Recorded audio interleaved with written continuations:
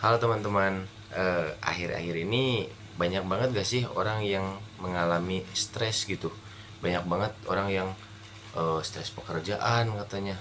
Lalu juga ada stres perkuliahan, apalagi teman-teman yang sekarang sudah menginjak semester akhir. Itu pasti wah stresnya tuh udah parah banget. Tapi yang belum kita sadari dan bahkan mungkin banyak orang yang belum tahu bahwa sebenarnya stres itu ada loh yang gak negatif, ada loh stres yang positif.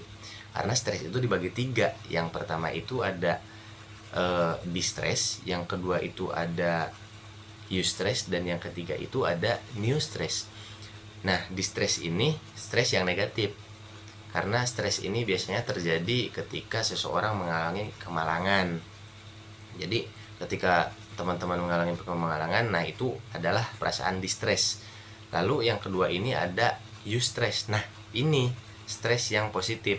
Eustress ini biasanya terjadi ketika seseorang mungkin sedang mengalami pernikahan, lalu juga kelulusan atau mungkin promosi jabatan. Nah, itu berarti orang itu sedang mengalami eustress. Nah, yang ketiga yang terakhir ini ada new stress. Nah, yang ini stres yang secara tidak langsung kita hadapi. Seperti misalnya ketika kita sedang di Jogja, tapi kemudian kita mendengar kabar bahwa di suatu daerah itu mengalami kemalangan. Nah, itu secara tidak langsung kita tuh mengalami new stress seperti itu, teman-teman.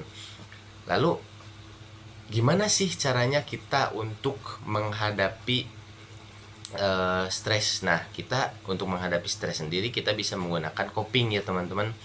Nah, di sini saya akan memberikan dua jenis coping. Yang pertama itu ada problem focus coping, dan yang kedua itu ada emotional focus coping. Nah, untuk problem focus coping sendiri adalah coping yang dilakukan untuk menyelesaikan masalah dari sumbernya atau dari masalahnya itu sendiri.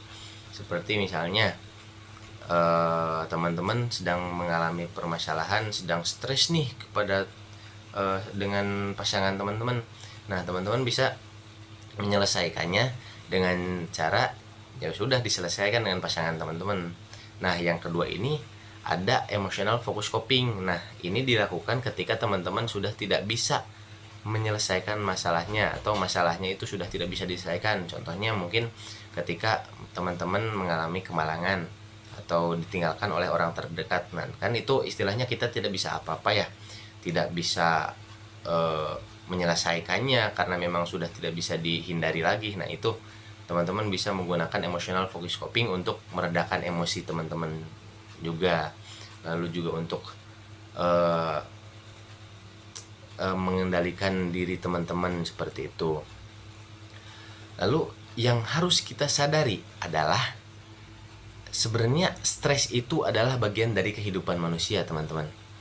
Jadi stres itu bukan musuh ya. Stres itu bukan suatu kelemahan, melainkan sinyal bahwa kita perlu menyesuaikan diri dengan perubahan lingkungan. Dengan pendekatan psikologis yang tepat, kita bisa menjadikan stres ini sebagai alat untuk berkembang, bukan alasan untuk tumbang, teman-teman. Jadi tetap semangat dan nikmati stres kalian.